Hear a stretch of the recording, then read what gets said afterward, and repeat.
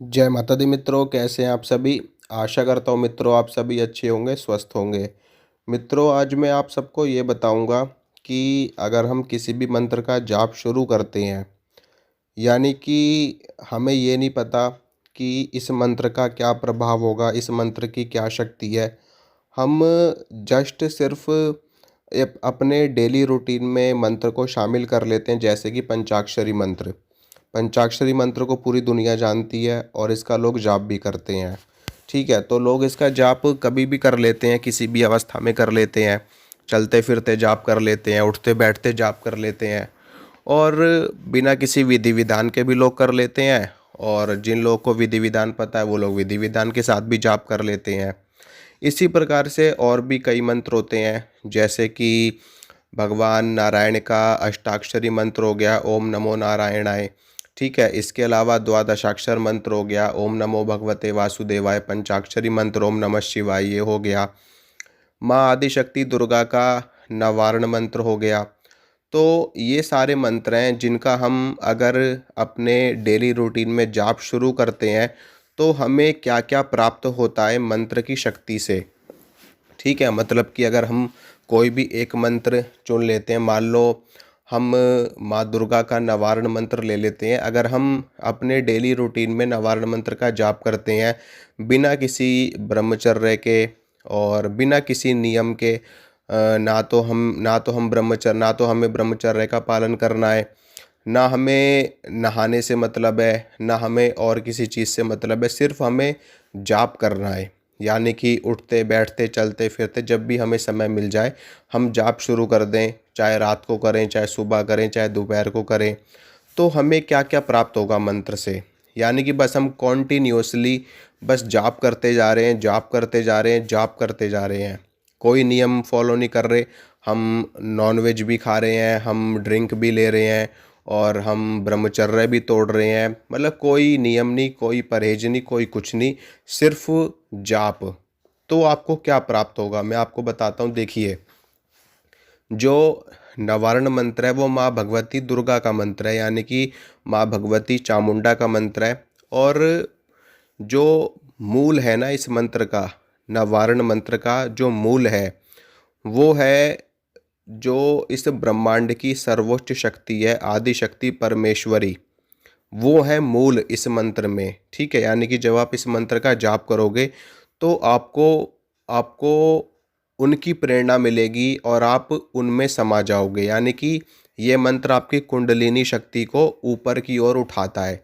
ठीक है, आपके मूलाधार, स्वादिष्ठान, और उसके बाद आपका हृदय चक्र, विशुद्ध चक्र, आज्ञा चक्र, सहस्रार चक्र, इन सभी का भेदन करते हुए ये मंत्र आपको माँ भगवती में लीन कर देता है, ब्रह्म लीन कर देता है ये मंत्र। ठीक है, और इस मंत्र से बहुत सारी शक्तियाँ प्राप्त होती हैं, बहुत सारी सिद्धियाँ प्राप्त होती हैं। लेकिन अगर आप अनुष्ठान करके इस मंत्र को सिद्ध करते हो तो, अगर आप सिर्फ और सिर्फ जाप करते हो, यानी कि उठते बैठते चलते फिरते, तो आपको इतना असर अवश्य होगा कि इस मंत्र से एक तो आपकी एकाग्रता बढ़ जाएगी। ठीक है, यानी कि आपका जो फोकस है, जो आपका कंसंट्रेशन है, वो एक एक अलग ही दिशा ले लेगा। यानी कि आप फोकस्ड हो जाओगे किसी भी चीज़ को लेकर के, आपका जो लक्ष्य है वो क्लियर हो जाएगा, आप एक पॉइंट पे फोकस हो जाओगे। एक तो ये चीज़ आपको प्राप्त हो जाएगी। दूसरी चीज़ आपको प्राप्त हो क्या होगी, वो होगी माँ दुर्गा की कृपा आपको मिलनी शुरू हो जाएगी, उनका आशीर्वाद आपको मिलना शुरू हो जाएगा। लेकिन आपको सिद्धि नहीं मिलेगी मित्रों। ठीक है, सिद्धि तब मिलेगी जब आप अनुष्ठान के रूप में इस मंत्र को सिद्ध करोगे, इस मंत्र को साधोगे, जिसमें बहुत सारे नियम होते हैं। अंडा, मीट, शराब, प्याज, लहसुन और ब्रह्मचर्य का पालन, ये तो मुख्य रूप से चलता है अनुष्ठान में। अनुष्ठान का जो मूल है वो इन्हीं से ही शुरुआत होती है, इसके बाद में बहुत सारी चीज़ें होती है। क्योंकि नियमों में अपने आप को बांध करके जब हम कोई साधना करते हैं, कोई सिद्धि करते हैं, तब जो शक्ति हमें प्राप्त होती है वो एक अलग ही स्तर की शक्ति होती है। ठीक है, क्योंकि आपने खुद देखा होगा कि अगर आप किसी की हेल्प करते हो, किसी की मदद करते हो, तो आपको कितना अच्छा फील होता है। ठीक है, एक बहुत ही अच्छी पॉजिटिविटी फ़ील होती है अपने आप में। अगर आप किसी की हेल्प कर देते हो, किसी को 10-20 रुपए दे देते हो, दान कर देते हो, किसी को भोजन खिला देते हो, तो आपको एक अलग ही पॉजिटिविटी महसूस होती है अपने आप में। इसी प्रकार से जब आप अनुष्ठान के रूप में मंत्र को सिद्ध करते हो ना, तो एक ज़बरदस्त शक्ति आपको अपने आप में महसूस होती है। लेकिन अगर आप बगैर अनुष्ठान के करते हो, बिना किसी नियम के करते हो, तो आपकी एकाग्रता बढ़ जाएगी, माँ दुर्गा का आशीर्वाद आपको मिल जाएगा और आप जो भी काम करोगे उसमें आपको सक्सेस मिलनी शुरू हो जाएगी। ठीक है?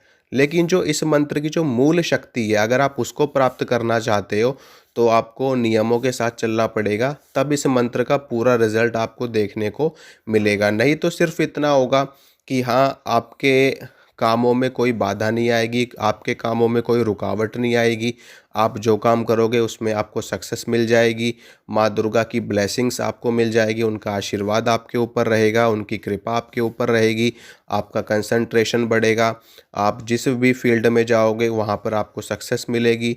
इतनी चीज़ें जो आपकी बेसिक नीड्स हैं, ठीक है, जो भौतिक स्तर की चीज़ें हैं वो आपको प्राप्त हो जाएँगी, लेकिन जो सूक्ष्म जगत की शक्तियाँ हैं, जो आध्यात्मिक जगत की शक्तियाँ हैं, वो आपको प्राप्त नहीं होंगी। ठीक है मित्रों? तो इस चीज़ का ध्यान रखना आप लोग। बाकी आप कॉन्टिन्यूअसली मंत्र का जाप कर सकते हो, कोई दिक्कत वाली बात नहीं है। बहुत अच्छी पॉजिटिविटी आपको फ़ील होगी अपने आप में। चलते-फिरते, उठते-बैठते जब भी आपके पास समय हो, आप मंत्र का जाप करिए। जपात सिद्धि, जपात सिद्धि, जपात सिद्धि न संशयः।